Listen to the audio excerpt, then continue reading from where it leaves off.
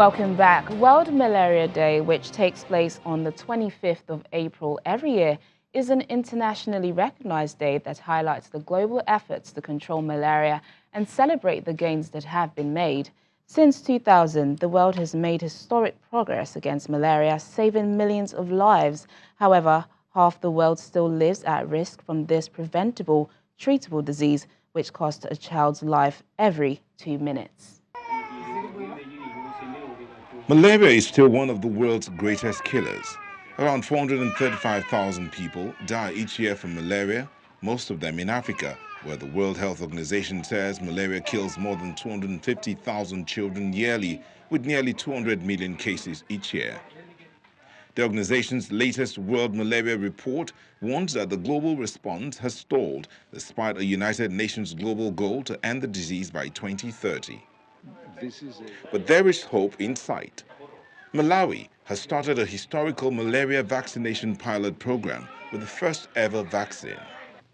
The world has been, for the last 100 years, looking for a malaria vaccine. And what we're witnessing today is the deployment, for the first time in history, of a malaria vaccine, which happens to also be a first vaccine against a human malaria parasite. So this is a massive success of the research community, producing a vaccine against the parasite, a vaccine against the malaria. The vaccine has passed through clinical trials and after Malawi will be used in Ghana and Kenya in the coming weeks. The World Health Organization aims to have 360,000 children up to 2 years old being vaccinated each year in the 3 countries for a period of 5 years. According to the World Health Organization itself, the vaccine is imperfect. In clinical trials, it was found to prevent about 4 out of 10 malaria cases, including 3 out of 10 cases of life-threatening severe malaria and 6 out of 10 cases of severe malaria anemia, which is the most frequent reason children die from the disease.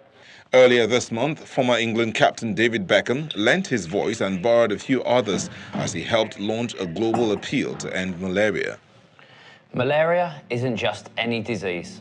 It's the deadliest disease there's ever been. The Global Fund conference, to be held in France in October, is hoping to raise at least $14 billion in order to halve the mortality rate of malaria, tuberculosis, and AIDS.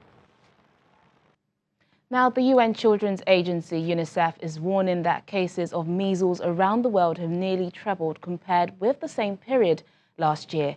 UNICEF says this has created the environment for major outbreaks of the disease, including in the Democratic Republic of Congo and Madagascar.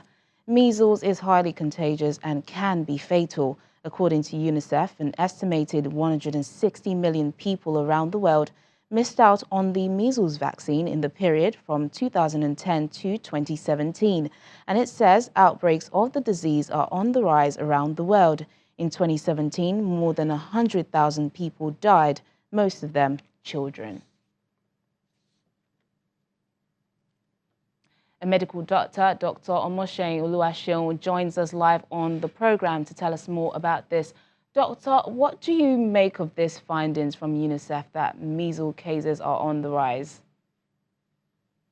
It actually may come as a surprise to most people that this recent scourge or increase in cases of measles doesn't just affect the underdeveloped world, it's also affecting the developed world. And this is because healthcare system generally needs to improve. Education of people has to improve. People are very complacent about taking the measles vaccination. A lot of people don't have access to the measles vaccination. There are a lot of people who are skeptical, like side effects, which people need to be educated more about. All these are things that cause people to either skip on taking the vaccination or delaying it till it's not possible to get it again. Yeah, Doctor, what do you think are responsible for this rise in numbers? With the benefit of my having worked with WHO on the OPV vaccination in Nigeria, I kind of observed that one of the things we need to do, very importantly, is educate people. In the distant villages, I worked a lot in Ogun State, in the distant villages, I realized that most people had no idea what the vaccination was about, and that's very important. One other thing that needs to be done is access. If it's not available, then they can't get the vaccination. Government has to make sure that this vaccine is available to these people, because knowing about it is not it's good, but it's not as good as knowing about it and having it. So all this needs to be looked into. We need more facilities, we need more people, we need to prioritize our children, we need to prioritize the future, and all this needs to be looked into individually, privately, and by the government. Thank you. Specifically, according to UNICEF, 4 million children under 1 did not get the first dose of the vaccine in Nigeria between 2010 and 2017. How can this be prevented from reoccurring going forward? Now, in view of the recent findings by UNICEF that cases of measles has trebled worldwide, it's important to note a few things about measles. One, it's highly contagious. Two, one of the best ways to prevent against measles is via vaccination.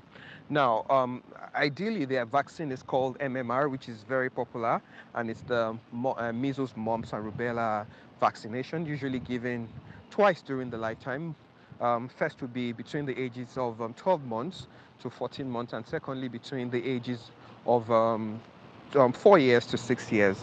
Now, the rate at which this vaccination has been given to children, or the rate at which children have gotten this vaccination, has over the years experienced a gradual decline, and this is one of the things that is very important when you consider the fact that measles is increasing generally. Okay, finally, I think one of the major issues here is parents. What advice would you give to parents who are skeptical about immunizing their children? Yeah, for a lot of the parents that are skeptical about getting this vaccination for their kids, it's important to understand where they're coming from. Information is key. A lot of them don't have information as to what could happen to their kids if they don't get the vaccination. They need to be educated on what happens to their kids immediately after getting the vaccination. So all this needs to be explained to them. And if they understand that not getting this vaccination could expose their kids to things such as blindness, deafness, meningitis, brain damage, even death, I'm sure every parent would want to protect their child and get on board with getting the vaccination. Dr. Moshe Oluwaseun, thank you for speaking to us on Network Africa about that very, very important issue. Well, the world's largest medical drone delivery service has been launched across Ghana. It will provide vaccines and treatments to some of the country's most isolated areas without the need for a pilot. Take a look.